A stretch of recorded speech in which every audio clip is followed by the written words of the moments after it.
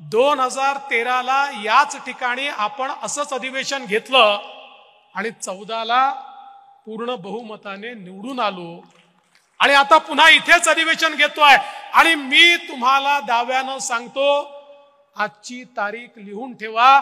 देवेंद्र फडणवीसनी म्हटलं होतं लिहून ठेवा, या विधानसभेनंतर पुन्हा एकदा महाराष्ट्रामध्ये महायुतीचंच सरकार निवडून येईल।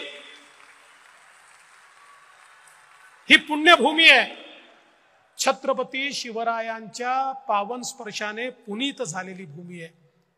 हे शिक्षणाचं माहेरघर आहे, हे तंत्रज्ञानाचं माहेरघर आहे, हे समाज सुधारकांचं माहेरघर आहे। अशा या पुण्यातनं जो विचार निघतो तो गावागावापर्यंत पोचतो। आज भारतीय जनता पक्षाचा विचार पुन्हा एकदा गावागावापर्यंत पोचवण्याकरता आपण सगळे लोक या ठिकाणी आलो। आपल्याला कल्पना आहे, आपण 2014 ची निवडणूक लढलो, 19 ची लढलो, 24 ची लढलो। 14च्या निवडणुकीत लोकांचा निर्धार आपण बघितला, 19च्या निवडणुकीमध्ये लोकांचा पाठिंबा आपण बघितला आणि 24च्या निवडणुकीमध्ये देखील जनता आपल्या पाठीशी होती। आत्ताच या ठिकाणी माननीय रावसाहेब पाटील दानवे यांनी मोदीजींच्या अभिनंदनाचा प्रस्ताव मांडला। आशिषजींनी अत्यंत समर्थपणे त्या प्रस्तावाला समर्थन दिलं। आपण एक गोष्ट लक्षात ठेवली पाहिजे, 2014 ची जी काही निवडणूक आहे, ही निवडणूक मी यापूर्वी देखील सांगितलं, आपण 3 पक्षाच्या विरुद्ध लढत नव्हतो, आपण 4 लोकांच्या विरुद्ध लढत होतो, ज्याच्यामध्ये 3 पक्ष होते, त्यांची आपल्याला हरवण्याची ताकद नव्हती। चौथा जो पक्ष होता तो होता फेक नरेटिव्ह, खोटा नरेटिव्ह, ज्याच्या विरुद्ध लढताना कुठेतरी आम्ही कमी पडलो। आणि म्हणून बावनकुळे साहेबांनी सांगितलंय, खरं आहे, आम्ही जिंकतो नाही तर आम्ही शिकतो। आम्ही शिकलो, फेक नरेटिव्ह कसा तयार होतो, तो कोण तयार करतं याची माहिती आम्हाला आहे। आता फेक नरेटिव्ह खऱ्या नरेटिव्हने उत्तर देण्याची ताकद देखील या ठिकाणी आपण निर्माण करणार आहोत। आणि म्हणून लक्षात घ्या, आपला जो काही पराभव या ठिकाणी झाला केवळ 0.3% झाला, म्हणजे 43.6%, 43.6% आपल्याला आणि 43.9% महाविकास आघाडीला। 0.3%मुळे आपल्या 17 जागा आणि त्यांच्या 31 जागा आल्या। मगाशीच बावनकुळे साहेबांनी सांगितलं, 12 जागा भारतीय जनता पक्षाच्या अशा आहेत, 12 जागा ज्या मात्र 3% कमी मतांनी त्या ठिकाणी पडल्या आहेत। 7 जागा अशा आहेत 2% कमी मतांनी पडल्या आहेत। 4 जागा अशा आहेत 1% देखील कमी मतांनी ज्या पडलेल्या आहेत। म्हणजे थोडी मेहनत करण्याची गरज आहे, थोडी मेहनत। कुठेतरी मी असं म्हणणार नाही आम्ही मेहनत केली नाही, मेहनत केली, पण त्याच वेळी जो फेक नरेटिव्ह तयार होत होता त्याला इफेक्टिव्ह उत्तर आम्ही देऊ शकलो नाही।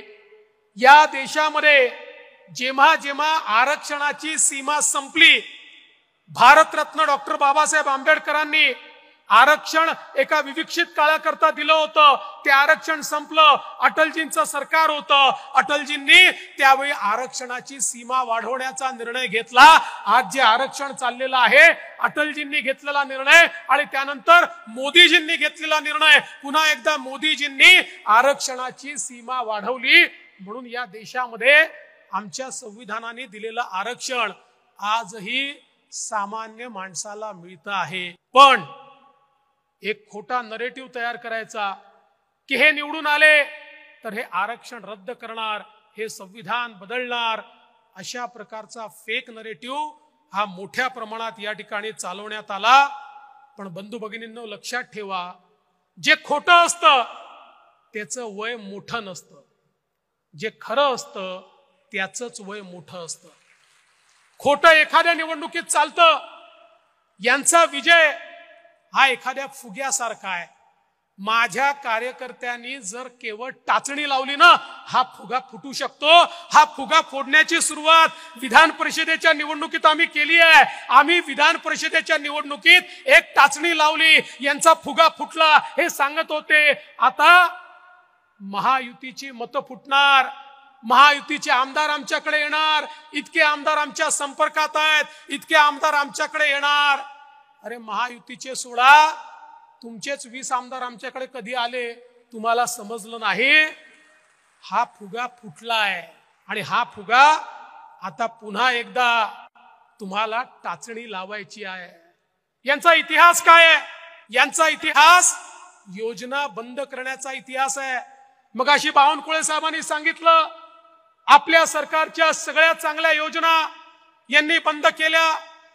जलयुक्त शिवार सारखी योजना असेल, मेट्रो सारखी योजना असेल, प्रधानमंत्री आवास योजनेसारखी योजना असेल, सगळ्या योजना यांनी बंद केल्या. बंधू भगिनींनो, आज पुन्हा एकदा आपल्या महायुतीच्या सरकारनं अशा योजना आणलेल्या आहेत की जनमानसाच्या मनामध्ये ज्या योजना घर करतील अशा योजनांची सुरुवात आपण केली आहे. आपल्याला माहिती आहे, लाडकी बहीण योजनेसारखी योजना आमच्या बहिणींच्या सन्मानाची योजना, ही मदतीची योजना नाही आहे. ज्या आमच्या मातृशक्तीने, ज्या बहिणींनी इतके वर्ष या ठिकाणी संघर्ष केला आणि आज आपल्या पायावर उभ्या राहत आहेत, त्या बहिणींचा सन्मान करण्याकरता लाडकी बहीण योजना आपण आणली आणि जवळपास 3.5 कोटी महिलांना थेट त्यांच्या खात्यामध्ये महिन्याला 1500 रुपये देण्याचं काम आपलं सरकार या ठिकाणी करणार आहे. हे किती नाटकी लोक आहेत बघा, लबाड आहेत, लबाड. सभागृहात सांगतात आम्ही योजना बंद करू, सभागृहात सांगतात ही चालू शकणार नाही, सभागृहात सांगतात ही खोटी योजना आहे. आणि गावामध्ये सगळ्यात पहिलं पोस्टर यांचंच, आणि हेच लाडकी बहीण योजना, आणि खाली स्वतःचं पोस्टर लावून फिरतात.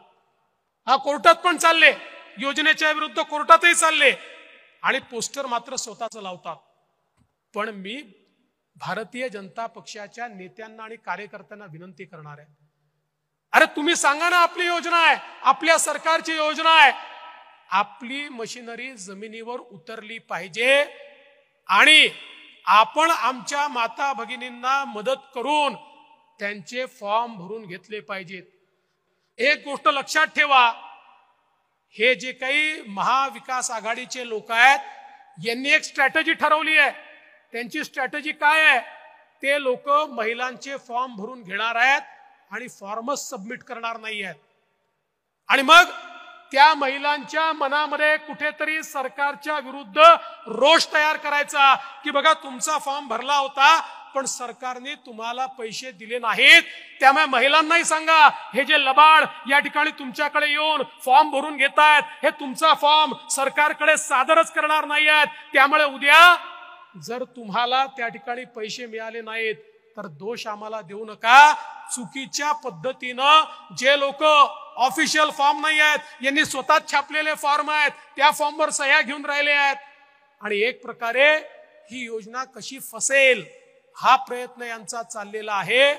आपल्याला ही योजना यशस्वी कशी होईल हे बघितलं पाहिजे. मी चंद्रकांत दादांचं अभिनंदन करेन.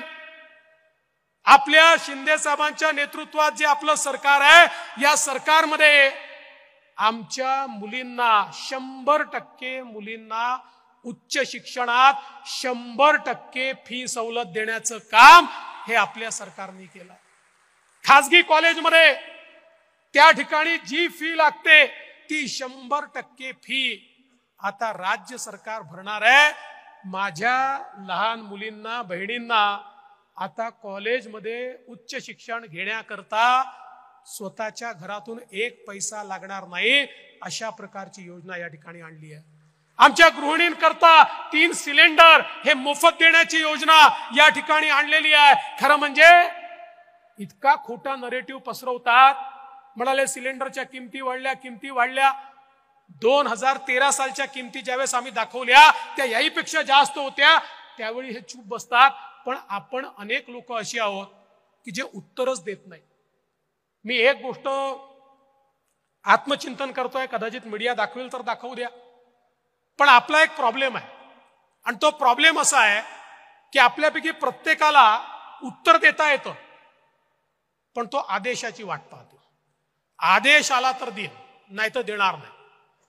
मी तुम्हाला एक गोष्ट सांगतो, आज तुम्हाला परवानगी देतो, ज्याला बॅटिंग करायची आहे बॅटिंग करा. मैदानात उतरा.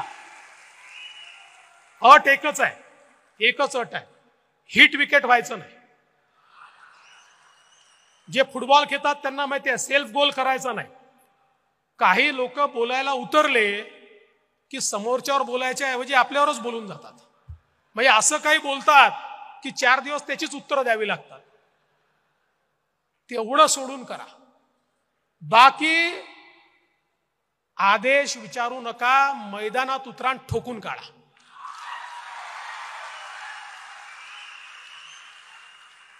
आणि तुम्हाला तर खोटं बोलायचंच नाहीये. बघा, खरं बोलायला विचार करावा लागत नाही, खोटं बोलायला खूप विचार करावा लागतो. त्यांना खोटं बोलायचं आहे, तुम्हाला खरं बोलायचं आहे. खोट्याला खऱ्याने उत्तर द्यायचं असेल तर विचार करावा लागत नाही. आणि मला विश्वास आहे तुम्ही सगळे उतरले पाहिजेत. आज बघा, शेतकऱ्यांना आपण वीज मोफत दिली, यापुढे शेतकऱ्यांना बिल लागणार नाही. लगेच यांनी विचारलं, मग काय तुम्ही जुने बिल देणार का? मग त्याचं काय होणार? मी स्पष्टपणे विधानसभेत सांगितलं, अरे कालपर्यंत आम्ही कोणाचं तरी जुनं बिल वसूल केलंय का? तर आता आम्ही जुने बिल वसूल करायला जाणार आहोत का? कोणाचंही जुनं बिल वसूल करणार नाही, कोणालाही नवीन त्या ठिकाणी बिल मिळणार नाही. शेतकऱ्यांना वीज मोफत म्हणजे मोफतच.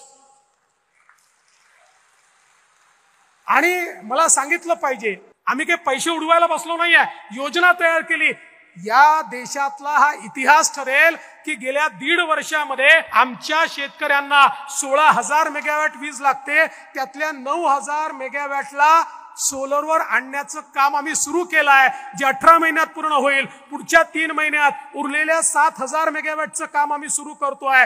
म्हणजे पुढच्या 2 वर्षामध्ये शेतकऱ्याकडे जाणारी विजेचं एकूण एक युनिट हे सोलरचं असणार आहे. आज जी 7 रुपयाला वीज पडते ती आम्हाला 2 रुपये 80 पैशाला पडणार आहे. म्हणजे आमच्या शेतकऱ्याला जी मोफत वीज देतोय, आजची जी सबसिडी आहे त्यात कुठलीही वाढ न करता आम्ही शेतकऱ्याला मोफत वीज देणार आहोत.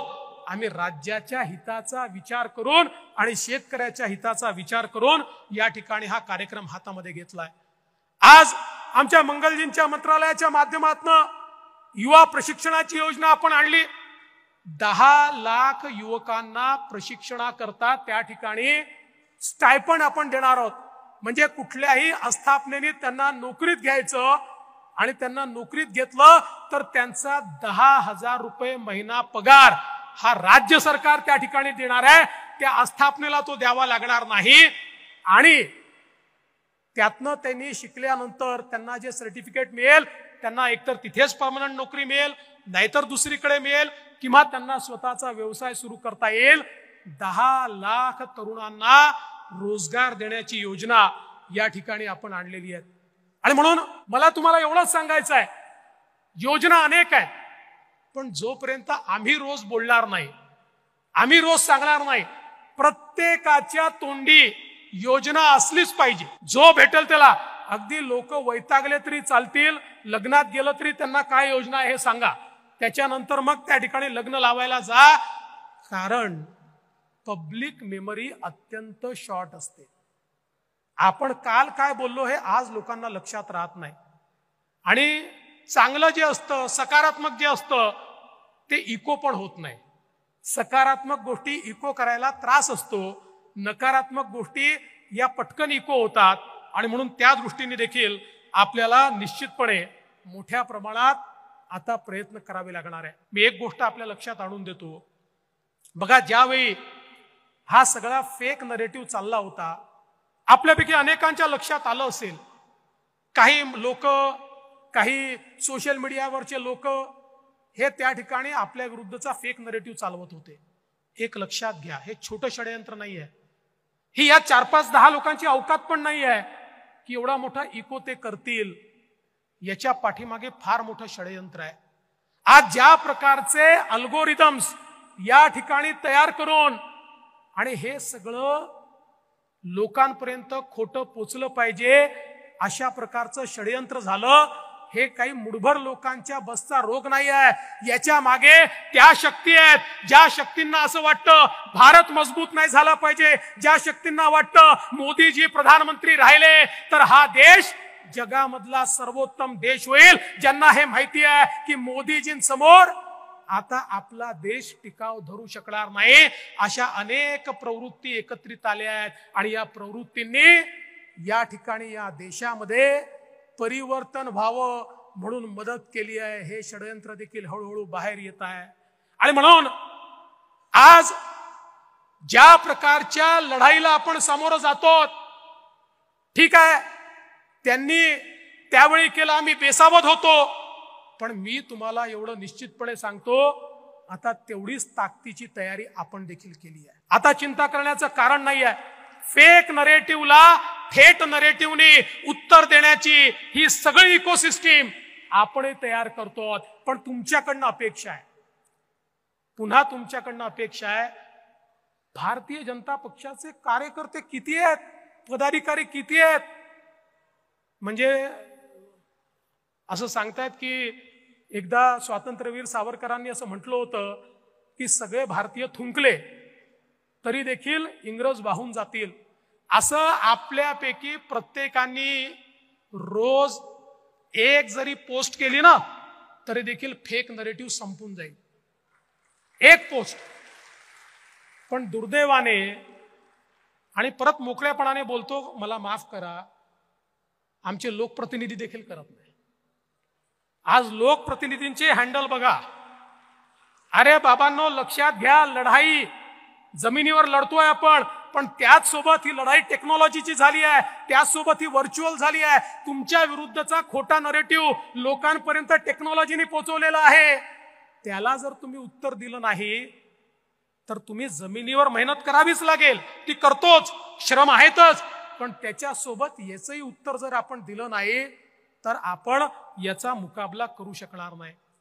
बंधू भगिनींनो, मला विश्वास आहे की तुम्ही सगळ्यांनी जर गांभीर्याने घेतलं तर एक मोठं परिवर्तन या ठिकाणी निश्चितपणे होऊ शकतं. आज खरं म्हणजे राज्यामध्ये एक विचित्र अशा प्रकारची स्थिती आहे. ही अशी स्थिती आपण राज्यात कधीच बघितली नव्हती. समाजामध्ये एक मोठी दुफळी तयार झाली आहे. अनेक समाज एकमेकांसमोर उभे आहेत आणि दुर्दैवाने या राज्यातल्या काही नेत्यांना असं वाटतं की हे समाज एकमेकांसमोर उभे राहिले तरच आपण निवडून येऊ शकतो, म्हणून त्याच्यामध्ये पेट्रोल टाकण्याचं काम काही राज्यकर्ते करतायत. खरं म्हणजे एक गोष्ट लक्षात घेतली पाहिजे, अरे निवडणुका येतील जातील, एखादं सरकार बनेल राहणार नाही, सरकार येतात जातात, पण समाज एकसंघ राहायला पाहिजे. समाज जर असा दुफळीत राहिला, एखाद्या निवडणुकीत तुमची पोळी भाजली जाईल, पण एकदा समाजामध्ये दुफळी राहिली तर किमान 3 पिढ्या ती दुफळी तुम्हाला दूर करता येत नाही. कुठे आम्ही समाजाला आमच्या नेतो, काय नेमकं आम्ही करतो, याचा देखील विचार झाला पाहिजे. भारतीय जनता पक्षाने नेहमी स्पष्ट भूमिका ठेवली आहे. मराठा समाजामधला जो गरीब मराठा आहे याला आरक्षण मिळालं पाहिजे, ही पहिल्या दिवशीपासून भाजपची भूमिका आहे. माझा सवाल आहे, आरक्षणाची लढाई सुरू कधी झाली? 1982 साली त्या ठिकाणी स्वर्गीय अण्णासाहेब पाटलांनी काँग्रेसच्या मुख्यमंत्र्यांना भेटून सांगितलं की तुम्ही आरक्षण दिलं नाही तर माझा जीव मी संपवीन. त्या मुख्यमंत्र्यांनी सांगितलं नाही देत, आणि त्या ठिकाणी स्वर्गीय अण्णासाहेब पाटलांनी स्वतःला गोळी मारून घेतली. मराठा आरक्षणाचा पहिला बळी जर कोणी होते तर ते स्वर्गीय अण्णासाहेब पाटील होते. 1982 साली.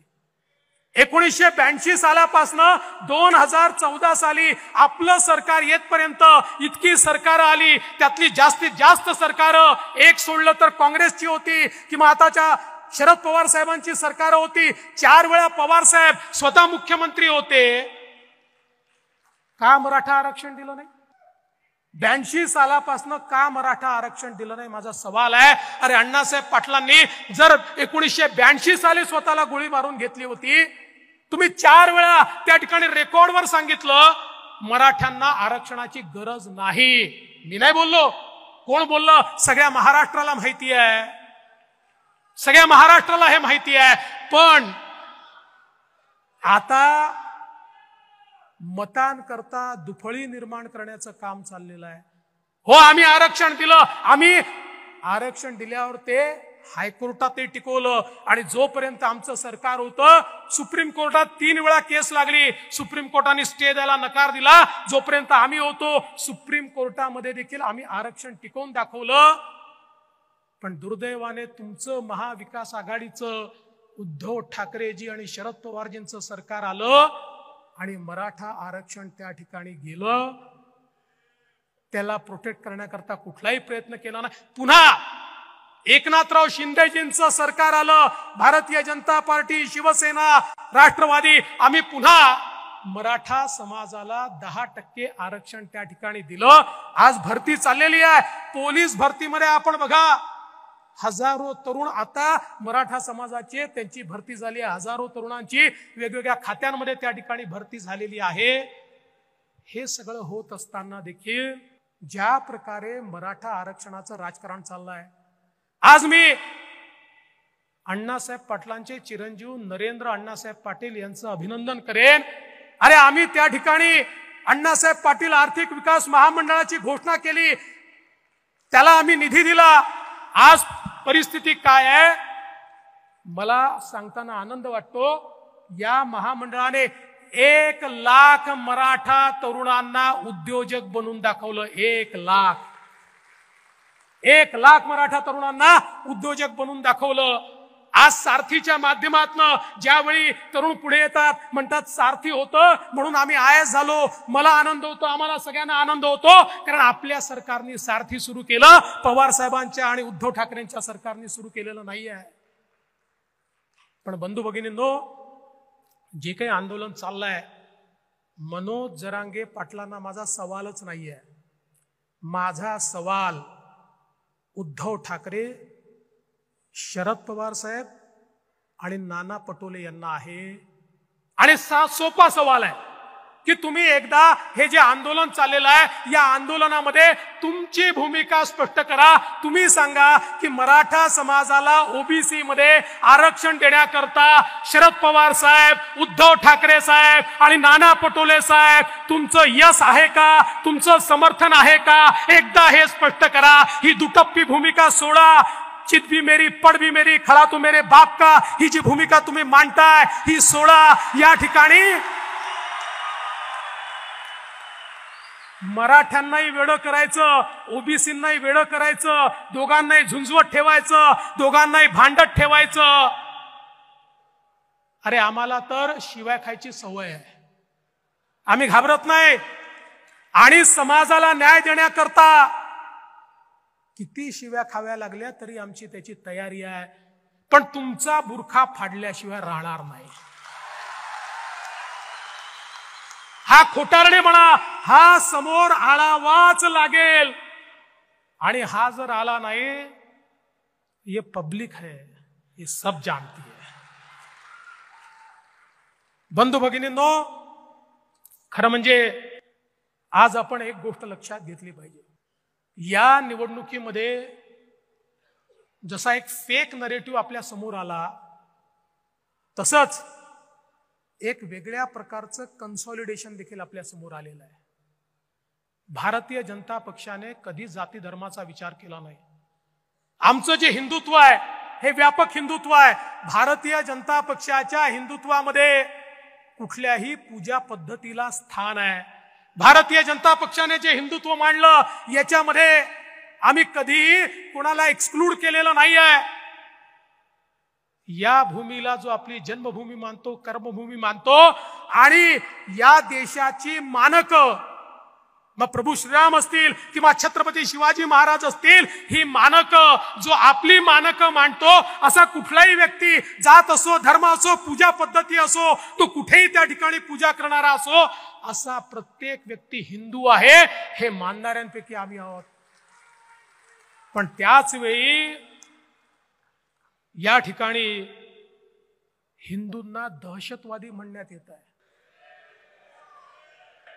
काल परवा विशाळगडाची घटना झाल्यानंतर शिवप्रेमींना दहशतवादी म्हणण्यात येत आहे. आज संसदेमध्ये राहुल गांधी म्हणतात हिंदू म्हणजे हिंसा. हे खपवून घेणार आहोत? खपवून घ्यायचं? आमचा संकुचित विचार नाही आहे, पण आम्हाला एक गोष्ट निश्चितपणे माहिती आहे, या देशामध्ये जेव्हा जेव्हा हिंदू निर्बल झाला, जेव्हा जेव्हा हिंदू दुर्बल झाला, त्यावेळी हा देश गुलामगिरीत गेला. अरे छत्रपती शिवरायांनी 18 पगड जातींना एकत्रित केलं आणि हिंदवी स्वराज्याची स्थापना केली. छत्रपती शिवाजी महाराजांनी धर्मात भेद केला नाही, पण त्याच वेळी त्यांना हे माहिती होतं की जोपर्यंत या ठिकाणी हिंदवी स्वराज्याची स्थापना होणार नाही, तोपर्यंत मोगली आक्रमकांकडनं मी माझ्या रयतेला वाचवू शकणार नाही. या ठिकाणी खोटं बोलून स्वतःच्या मनाची समजूत तुम्ही काढू शकता, पण सत्य हे स्वीकारावं लागतं. आणि पुन्हा एकदा जे आम्हाला धुळ्याच्या लोकसभेत पाहायला मिळालं, जे आम्हाला वेगवेगळ्या लोकसभेत पाहायला मिळालं, आज जागे झाला नाहीत ना, उद्या जागा होण्याची संधी पण मिळणार नाही.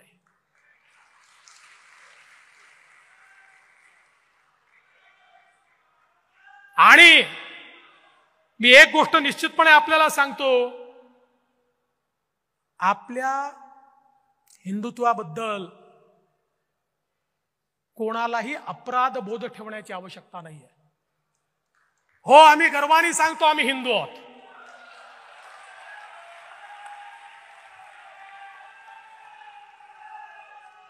आणि हिंदुत्व म्हणजे सहिष्णुता आहे. या देशाने, या हिंदूंनी दाखवून दिलं, जगभरातनं ज्या लोकांना त्या ठिकाणी बाहेर काढलं, त्या सगळ्यांना जागा देणारा हाच हिंदुस्थान होता. आज ते सगळे या देशामध्ये गुण्या गोविंदाने राहत आहेत. अरे पाकिस्तानपेक्षा मुस्लिम समाज या हिंदुस्थानात अधिक चांगल्या प्रकारे राहतोय, कारण या ठिकाणच्या हिंदू समाजाने कधीच भेदभाव केला नाही. पण याचा अर्थ आमचं अस्तित्व संपवण्याचा प्रयत्न कोणी करणार असेल तर ते देखील या ठिकाणी सहन केलं जाणार नाही, हे देखील आपण लक्षात घेतलं पाहिजे. आणि म्हणून लक्षात घ्या, एक गोष्ट लक्षात घ्या, प्रभू श्रीराम ज्यावेळेस लढत होते, एक वेळ अशी आली रावणाचा निपात होतच नव्हता, पण प्रभू श्रीरामांनी रणांगण सोडलं नाही, ते प्रयत्न करत राहिले. आणि शेवटी बिभीषणाने खरी गोम सांगितली, रावणाच्या नाभीमध्ये बाण मारा, रावणाचा निपात होईल. आजचा रावण कोण आहे? आजचा रावण फेक नरेटिव्ह आहे. त्याच्या बेंबीत बाण मारला की पुन्हा सत्तेमध्ये आपण त्या ठिकाणी परत येऊ. आणि म्हणून मी तुम्हाला एवढीच विनंती करण्याकरता आलो आहे, फार कमी 2 लाख मतांचा फरक आहे. 2 लाख. अरे 2 लाख मतं तर ज्या दिवशी आम्ही लाडकी बहीण योजना घोषित केली ना, त्याच दिवशी वाढले. ज्या दिवशी यांचा फेक नरेटिव्ह सांगितला, त्याच दिवशी त्याच्या चौपट मतं आपले त्या ठिकाणी वाढली आहेत. आणि म्हणून खरं म्हणजे मला मोहत असल्यामुळे एक कविता मी या ठिकाणी आणली आहे, जी आपल्या सगळ्या कार्यकर्त्यांकरता आहे. असे जगावे दुनियेमध्ये आव्हानाचे लावणी अत्तर, नजर रोखून नजरेमध्ये आयुष्याला द्यावे उत्तर. नको गुलामी नक्षत्रांची, भीती आंधळी ताऱ्यांची, आयुष्याला भिडतानाही चैन करावी स्वप्नांची. असे दांडगी इच्छा ज्याची, मार्ग तयाला मिळती 70. असे जगावे दुनियेमध्ये आव्हानाचे लावून अत्तर, नजर रोखून नजरेमध्ये आयुष्याला द्यावे उत्तर. असा आयुष्याला उत्तर देणारा कार्यकर्ता हा आज आपल्याला या ठिकाणी तयार करायचा आहे. अरे मोदीजींनी जो भारत तयार केलाय, हा मागे वळून पाहणारा भारत नाही आहे. हा 5 ट्रिलियन इकॉनॉमी पूर्ण करतोय, हा 7 ट्रिलियन इकॉनॉमी कडे चाललाय. 25 कोटी गरिबांना गरिबीतनं बाहेर काढलेला आहे. हा भारत कोणी या ठिकाणी थांबवू शकत नाही, अशा प्रकारची अवस्था आहे. आणि म्हणून आज कार्यकर्त्यांकडनं माझी एकच अपेक्षा आहे. बघा, थोडं मनमोकळं बोलतो, आपली देखील अनेक वेळा कुजबूज होते, ती काही चूक नाही आहे.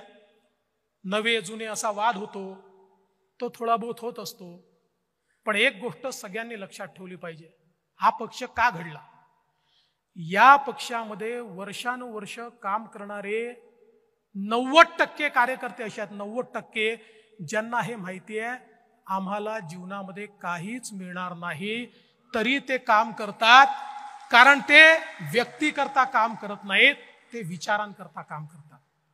ते व्यक्तीकरता काम करत नाहीत, ते विचारांकरता काम करतात. बघा, छत्रपती शिवरायांच्या विचारांना आपण सगळे मानतो, आणि महाराजांनी कधी एक पाऊल पुढे टाकलं, कधी एक पाऊल मागे घेतलं, कधी मान, कधी अपमान, कधी तह, कधी सलगी, सगळ्या गोष्टी केल्या. पण ध्येय एकच होतं.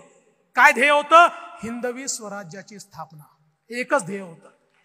आज आपण देखील अनेक गोष्टी केल्या आहेत. वेगळ्या परिस्थितीमध्ये सरकार तयार केलं, वेगवेगळे मित्र सोबत जोडले. काहींना आवडलं असेल, काहींना आवडलं नसेल, पण लक्षात ठेवा, या ठिकाणी केवळ सत्ता मिळवणं एवढा आपला उद्देश नव्हता. या महाराष्ट्रामध्ये ज्यावेळी आमच्या सामान्य कार्यकर्त्यावर अत्याचार होत होता, या महाराष्ट्रामध्ये सामान्य महाराष्ट्रातल्या जनतेवर कोविडच्या काळामध्ये भ्रष्टाचार त्या ठिकाणी होत असताना अत्याचार होत होता, त्यावेळी आपण हे परिवर्तन घडवलं. आणि परिवर्तन घडवताना बाळासाहेब ठाकरे, सद्य हिंदू हृदय सम्राट, यांच्या विचारांवर चालणारे, खऱ्या अर्थानं त्यांच्या विचाराचं प्रतिनिधित्व करणारे एकनाथराव शिंदेजी यांना आपण सोबत घेतलं. नंतरच्या काळामध्ये अजितदादांना देखील आपण सोबत घेतलं. हे खरं आहे, त्या राष्ट्रवादी सोबत आपण खूप संघर्ष केला. त्यामुळे अनेकांना असं वाटलं, ज्यांच्याशी संघर्ष झाला आता त्यांच्याशी सलगी कशी करायची. पण ध्येय ज्यावेळेस स्पष्ट असतं, त्यावेळी त्या ध्येयाकडे जाताना कधी 2 पावलं पुढे टाकावे लागतात, कधी 2 पावलं मागे टाकावे लागतात, कधी तह करावा लागतो, कधी सलगी करावी लागते. त्यामुळे एवढं लक्षात ठेवा, देवेंद्र फडणवीसला सागर बंगला मिळाला किंवा तो मिळावा याकरता हे सरकार आपण आणलेलं नाही आहे, तर माननीय आपले प्रधानमंत्री मोदीजी ज्या प्रकारे देशाला पुढे नेत आहेत, त्यांच्या वाटचालीमध्ये महाराष्ट्र त्यांच्या सोबत राहायला पाहिजे. म्हणून हे परिवर्तन या ठिकाणी आपण सगळ्यांनी केलं आहे. आणि म्हणून आपल्या मनामधले किंतु परंतु काढून टाका. मला रोज 100 SMS येतात आणि इतके सल्ले देतात लोक. जो काम करतो त्यांनी सल्ला दिला पाहिजे, त्याला तो अधिकार आहे. पण अलीकडच्या काळात सल्ले देणारे वाढले आहेत. काम करणाऱ्यांपेक्षा सल्ले 2च गट आहेत, 2 वेगवेगळे आहेत. काही लोक फक्त सल्लेच देतात आणि काही लोक कामच करतात. सल्ले जरूर द्या, पण सल्ला देत असताना आपण काय करतोय? सगळं नेत्यांनी करावं असं नाही आणि सगळं कार्यकर्त्यांनी करावं असं देखील नाही. आपल्याला सगळ्यांना एकजुटीनं या ठिकाणी समोर यावं लागेल. आणि म्हणून तुम्हाला माझी विनंती आहे, आमच्याकडनं काही चुका घडल्या असतील, असू शकतात, काही चुका निश्चितपणे झाल्या असतील, त्या चुका तुम्ही पोटात घातल्या पाहिजेत. कारण आम्हीही तुमच्यासारखे कार्यकर्ते आहोत. हे पद मिळालं म्हणून आम्ही मोठे नाही झालो, आम्ही पण कार्यकर्ते आहोत. पण नुसत्या चर्चा करायच्या, नुसतं त्या ठिकाणी निगेटिव्ह बोलायचं, असा जो कारभार काही लोक करतात, त्यांना हात जोडून विनंती आहे, जे लोक निष्ठेने काम करतायत, किमान त्यांच्या मनामध्ये विष कालवण्याचं काम करू नका. आजही हा पक्ष निष्ठावंतांच्या भरोशावर उभा आहे, जे निष्ठेने उभे आहेत, जे कुठल्याही परिस्थितीत पक्षासोबत उभे आहेत, अशा लोकांच्या भरोशावर उभा आहे. आणि मी तर सांगतो, एखाद्या निवडणुकीमध्ये कमी जागा मिळाल्याचा फायदा काय असतो माहिती आहे? खरा पक्षासोबत कोण आहे हे आपल्याला त्यातनं समजतं. जेव्हा जिंकतो तेव्हा सगळे सोबत असतात, पण एखाद्या निवडणुकीमध्ये कमी जागा मिळाल्या की मग अनेकांचं जे वागणं असतं त्यातनं खरा पक्षाचा कोण आणि कोण नाही हे आपल्या लक्षात येतं. आणि म्हणून माझी तुम्हाला एवढीच विनंती आहे की आपल्या सगळ्यांना एकजुटीनं सामोरं जायचं आहे. आत्मविश्वास ठेवा. या ठिकाणी जर आपण विपरीत परिस्थितीमध्ये, फेक नरेटिव्ह मध्ये, ज्या ठिकाणी आपल्या लक्षातच आलं नाही की असा नरेटिव्ह आहे, अशाही परिस्थितीमध्ये त्या ठिकाणी केवळ 2 लाख मतांनी फक्त मागे आहोत. मी तुम्हाला विश्वासानं सांगतो, आपण मागच्या निवडणुकांमध्ये भाजप म्हणून या ठिकाणी 1.5 कोटी मतं सातत्याने घेत आलो आहे. यावेळी 1.25 कोटी मतं आपण घेतल्याशिवाय राहणार नाही. आणि महायुती म्हणून अनेक कार्यकर्ते विचारतात, मग सांगा मुख्यमंत्री कोणाचा होणार, मग मुख्यमंत्री कोण होणार. तुम्हाला आजच सांगतो, मुख्यमंत्री महायुतीचाच होणार. यानंतर कोण मुख्यमंत्री, काय मुख्यमंत्री हा प्रश्न विचारू नका. हा प्रश्न डोक्यातनं काढून टाका. आज हा प्रश्न आपल्या समोर नाही. आपल्या समोर एकच लक्ष आहे. ज्याप्रमाणे अर्जुनासमोर माशाचा डोळा एकमेव लक्ष होतं, तसं आपलं एकच लक्ष आहे, पुन्हा या महाराष्ट्राची सेवा करण्याकरता आपलं सरकार स्थापन करणं. आणि त्याकरता वाटेल ती किंमत कार्यकर्ता मोजायला तयार आहे. अशा मानसिकतेतनं जर आपण पुढे गेलो तरच मला असं वाटतं की ही निवडणूक आपण निश्चितपणे जिंकू शकू. आणि म्हणून एक भक्कम संकल्प घेऊन आपल्याला जायचं आहे. मी शेवटी एवढंच सांगतो, लहरों को साहिल की दरकार नहीं होती, लहरों को साहिल की दरकार नहीं होती. हौसला बुलंद हो तो कोई दीवार नहीं होती. जलते हुए चिराग ने आंधियों से कहा, उजाला देने वालों की कभी हार नहीं होती, कभी हार नहीं होती, कभी हार नहीं होती. आपण जिंकणार ही मानसिकता घेऊन जा. या ठिकाणी आजचा दिवस लिहून घ्या. आज या ठिकाणून मी घोषणा करतोय, तुमचा प्रतिनिधी म्हणून, भारतीय जनता पार्टी हा महाराष्ट्रातला सगळ्यात मोठा पक्ष असेल आणि महायुतीचं सरकार या महाराष्ट्रामध्ये आपण स्थापन करून दाखवू. एवढंच बोलतो आणि माझं बोलणं संपवतो. धन्यवाद. जय हिंद, जय महाराष्ट्र, जय शिवराय.